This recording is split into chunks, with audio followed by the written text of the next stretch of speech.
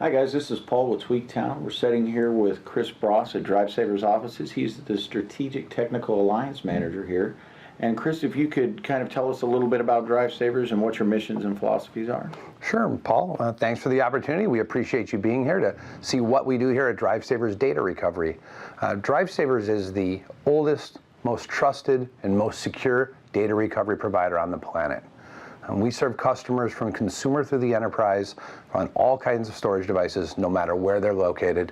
The only thing they all have in common is that they've lost data and they failed to back it up, and they need that data back. And in a digital world, I think a lot of people lose sight of just how important those pictures are on something as mundane as your phone. And if you lose your data on your phone, suddenly you've lost 6 months of your life, it can seem, with pictures and events. But then, of course, you guys also see the business side where it could be multi-million-dollar implications. Well, sure. You know, we serve all kinds of customers, and today it's very common for people to ask for digital photos in recovery. In fact, that's the #1 file type that customers ask for today. But that's primarily in the consumer space and in the prosumer space for professional photographers. But as you assume, we serve everyone. Could be someone with just a flash card for their camera, could be someone with a big Oracle database on a very large SAN. Anything in between, regardless of its magnetic, solid state, or optical storage. We work on all of it, 25 years back or just released yesterday. And I think that was an impressive, kind of one of the impressive aspects of the tour was we were seeing some really old hardware that you guys still have in the labs that you're still working on. Do you see kind of an even split, or does it tend to be more new hardware that you receive? Oh, that's a great question. In fact, that's a very common question is, are we seeing lots of devices that are in their original manufacturer's warranty period, right? Their first 1, 2, or 3 years of use, or 5 years, depending on their warranty. We do see a high degree of volume in relatively new drives. Because in some cases, as you know in your testing, drives can show early life failure in some of the early stages, and then there's kind of a bell curve before we see a larger failure in the 3rd year or so. But we see a lot of older legacy devices as well. I think you guys saw some 5¼ inch full height drives that are 20 years old upstairs that we're still having to source for parts, because today in some old government installations you might still find a Unix server with an ancient hard drive running in it. So we have to maintain an inventory to support like 25 years of storage history. And while the technical aspects are exciting to us, I think one of the real points that stood out to me is there's a story behind each drive, or there's each scenario. There's always different angles, and people are so concerned about it. Can you give us specific instances of some of your latest projects? Sure. Well, we try to always be very objective and transparent about what we do here at DriveSavers, because we're a crisis management laboratory. Internally, we're really a reverse engineering laboratory for storage products. But you can imagine a customer who loses data, if they call us, they're in a various state of emotion or distress, depending on what that data was that they lost. And they need a lot of kind of hand-holding on the beginning of the call, so we can find out what happened, why it's important to them, and whether or not they need to have it recovered. And yeah, there's lots of different stories there. One story that's very recent and in the headlines almost every day today is related to Bitcoin, the digital currency. DriveSavers is called on to recover data from devices of any type. And recently, we've been engaged by over half a dozen customers who wanted to have their Bitcoins recovered. Now, we all know today, Bitcoin value is fluctuating fairly significantly, but it's had quite a run of success recently in the speculative market. Well, we had a customer who didn't trust the cloud to back up his encrypted Bitcoins, but he trusted himself to manage them. He was running on a new Microsoft Surface tablet with a solid-state drive inside, and unfortunately, he made a mistake, completely human error, in blowing away his partition in his dual boot notebook. With blowing away his partition in his data, went his digital wallet and his Bitcoin chain. So when he engaged us for recovery, we weren't aware necessarily of the value of his Bitcoin, nor do we care. That's his private information. However, during the recovery process, which took some extensive engineering and R&D efforts, we not only recovered the data, recovered his digital wallet, but Bitcoin doubled in value during the recovery process, the short amount of time, 10 days that we had the device here. Not only did he get his data recovered, his digital money recovered, but it doubled in value as well. And this isn't a corner case or just an isolated incident. There's actually services now that are offering to recover people's Bitcoin data for a percentage of the worth on the... Yes, I'm familiar with, I think the service you're talking about that charges, I believe, a 20% fee. So if you have $1 million, give us X amount of dollars and we'll get it. Yeah, well, to that point of objectivity and security for a moment, DriveSavers process in recovering your Bitcoins is simply by asking, what device do you have, what's the capacity of the device, and what data you need recovered from it, not what's the value of your data. Our pricing structure is reflected based on two variables: the capacity of your storage device and the service level you choose, how fast we do the recovery. And not only is your information protected because it's private to you at all times, but there's a whole data security hierarchy built around how we handle our customers, so that from point of origin, when we start a job, till we return the data to the customer, that your information, your identity, and everything about it is protected during that entire process, which is even more important today with all the breaches of personal information and security information we see online. If you're using DriveSavers, we're making sure that we protect your information here. Even just with our visit, there were areas we cannot photograph, and the areas we could photograph had to be sanitized of all customer data and stickers removed, and they had to do quite a bit of preparation to even allow us into the lab. So you guys take a lot of steps in that area that are impressive. Once a customer has decided they want to employ your services and they decide a service level, what is the process that's set into place, and what are the different speed or the different options that they have for levels of data recovery? Sure, that's a great question. A lot of customers probably want to know this information. So when we are engaged, it's typically at what we call a point of need. We are a reactionary-based service. We're not preventative. That's called backup, right? If people failed to do backup, they might need a service like data recovery. So customers often hear about us from technical support at your favorite storage vendor that will route that customer's call to us for a consultation for data recovery if support's unable to resolve a failure. So that customer basically speaks to our data recovery advisors to figure out what the problem was, what the scope of the failure is, and what they need to have recovered. They're then presented with options on how quickly we can recover the data. Our priority service is nonstop 24 hours. Our standard service is 1 to 2 business days, and our economy service is 5 to 7 business days. Prices are calculated based on the capacity of the media and the service level that the customer chooses. And you guys have a zero data, $0 policy, correct? Yeah, we make a pledge to our customers that no data, no dollars, that if we fail to recover the data on our standard or economy services, the customer will pay nothing for the attempt.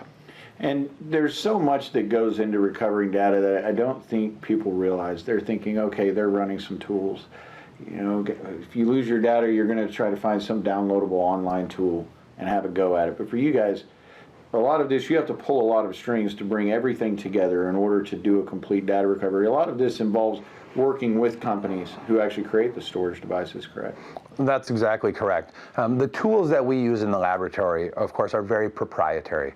At DriveSavers, we don't sell any of our software. We don't sell any of our tools. We develop them in the laboratory ourselves, or in collaboration with the storage vendors in technical alliances that are under protected non-disclosures. That really gives us the ability to build globally unique tools for very different and unique storage failures for the specific goal of data recovery of that end user data. So you're correct. If you want to download a free utility from the internet to recover the file you just deleted, well, that's not necessarily a candidate in DriveSavers Lab anymore. We're dealing with problems that a user can't solve on the front end or shouldn't even attempt to solve on the front end, because in some cases, even with the best intentions, users make data loss worse.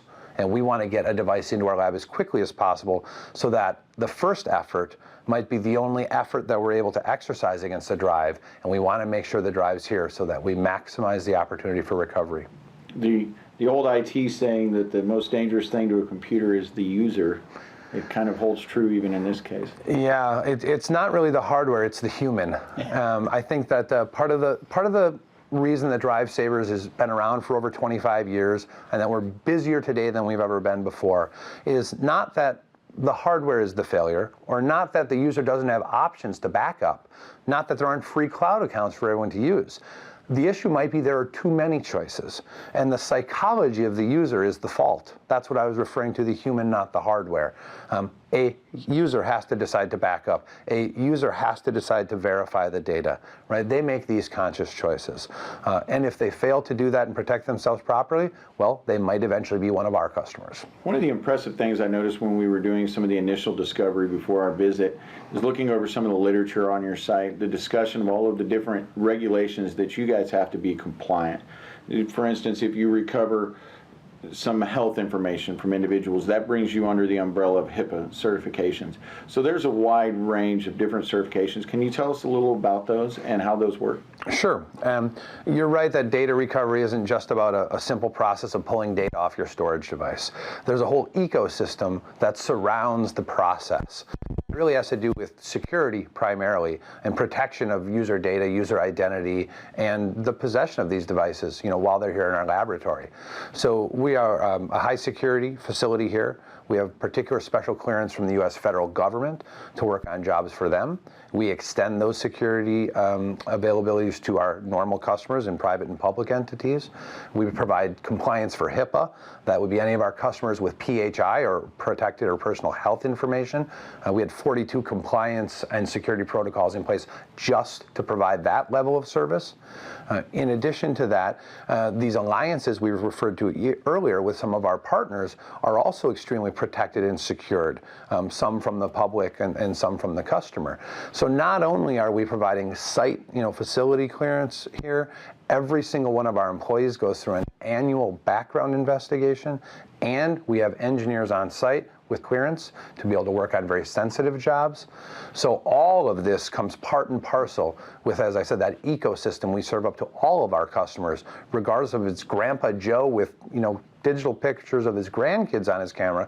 Those are his, right? Those should be protected as private as his data, just as your health records are for the hospital whose storage area network we just had to recover. On the tour today, we saw some really interesting things in your laboratory and activities that you're certainly not going to see anywhere else. Can you give us kind of an explanation of some of your processes? Sure. Well, I hope you remembered what you saw today, because you'll never see it again outside this laboratory.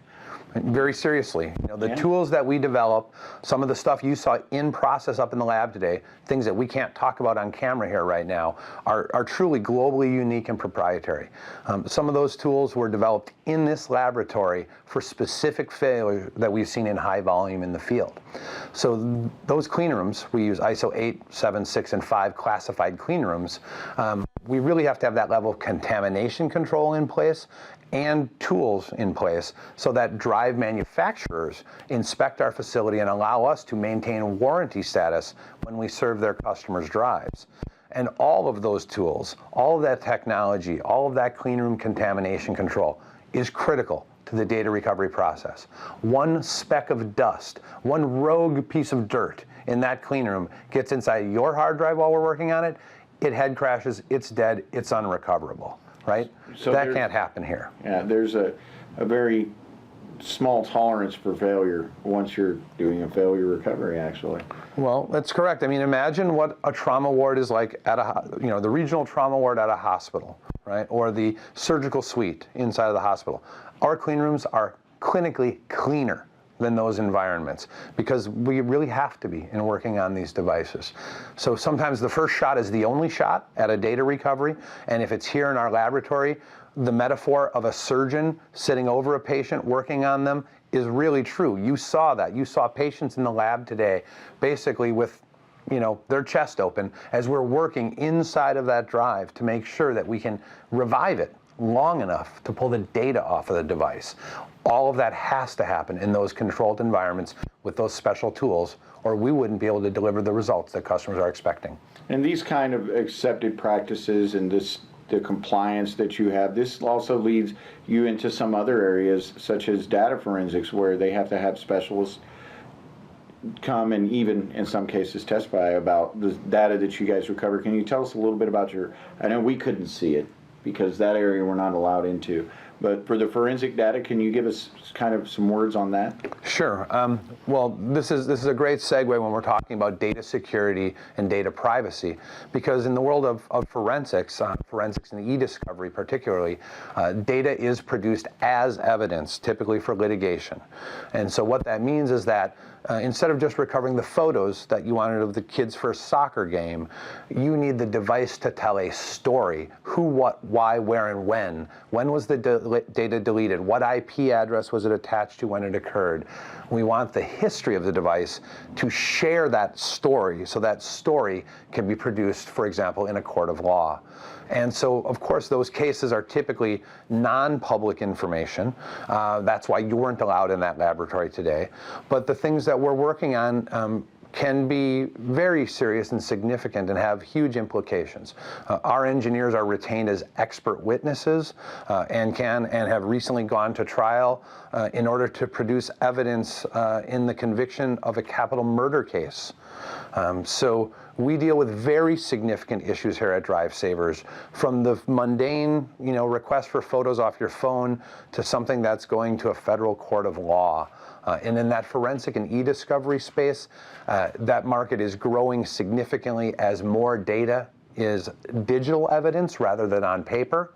And this is correlated with the explosive growth of smartphones and tablets, because those devices are very rich and full of very recent data and are often used in the forensic laboratory for recovery. And another area that was interesting is we've seen some old hardware that was shocking to see, 3.5-inch hard drives, because you guys still have to recover data from that. But you also have to be on the cutting edge as well. So there's this constant evolution of what you're doing. We see a change in enterprise from, we used to see a lot of RAID 0 and RAID 5, especially in enterprise usage, but different types of RAID from different vendors have their own special sauce. How do you guys go about recovering some of these more non-standard types of data parity protected RAID sets? Sure, that's a great question. And there definitely is a growth of those more boutique layers of secret or special sauce in the prosumer and small enterprise market of vendors in that space. So a huge portion of what we do at DriveSavers is, as we refer to, enterprise recovery or multi-disk storage environments. That can be anything from a 2-drive stripe 0, right, array to 75 drives, 11 RAID 5s connected to a server that just came into the lab, and everything in between, including what you referred to, some of those newer vendors or established vendors who are doing special stuff in their middle layer.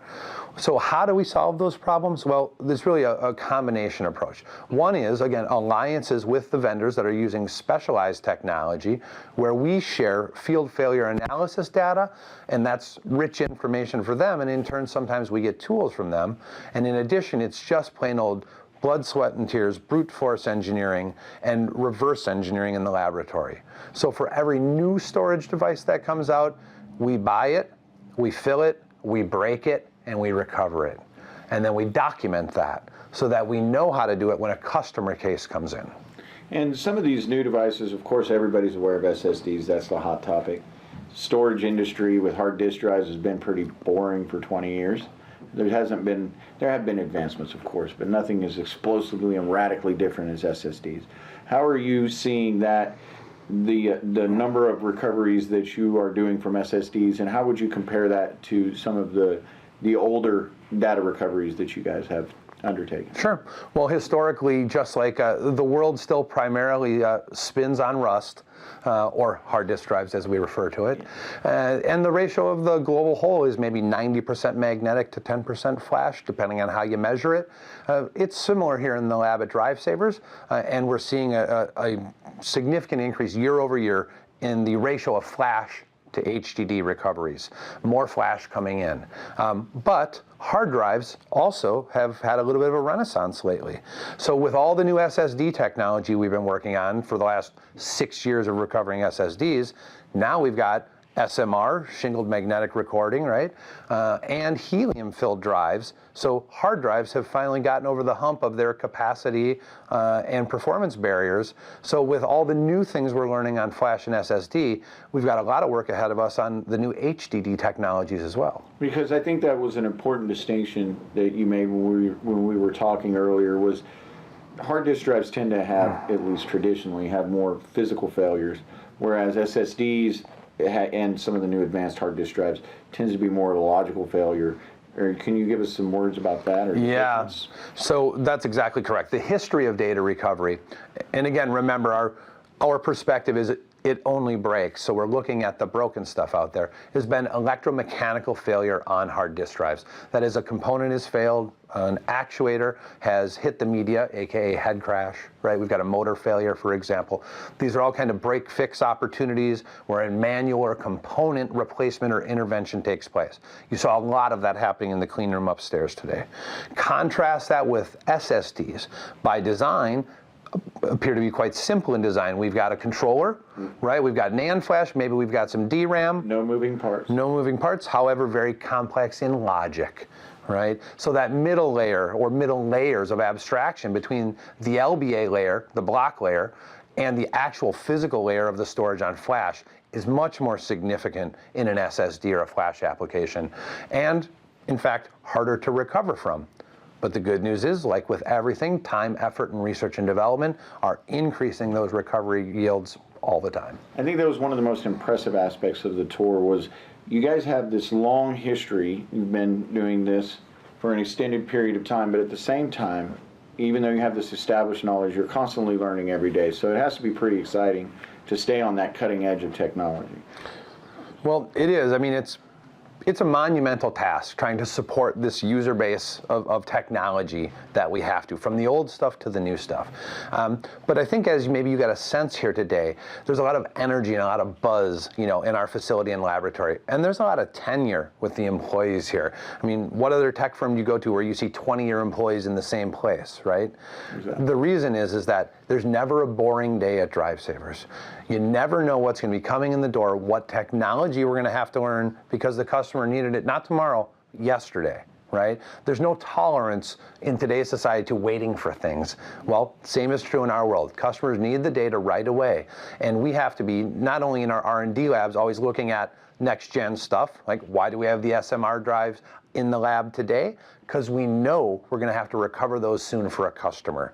So in the history of supporting the legacy of all the devices we have to deal with every day, we've got to be as forward-thinking as possible, multiple years down the road, to worry about what we're going to recover after NAND flash, for example. What's coming next? What new interface?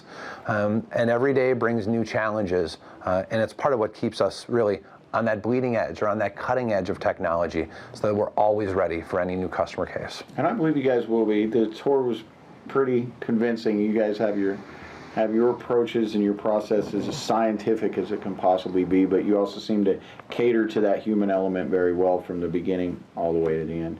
We appreciate you guys' time and letting us come out and take a tour. Well, thank you very much, Paul. We appreciate it.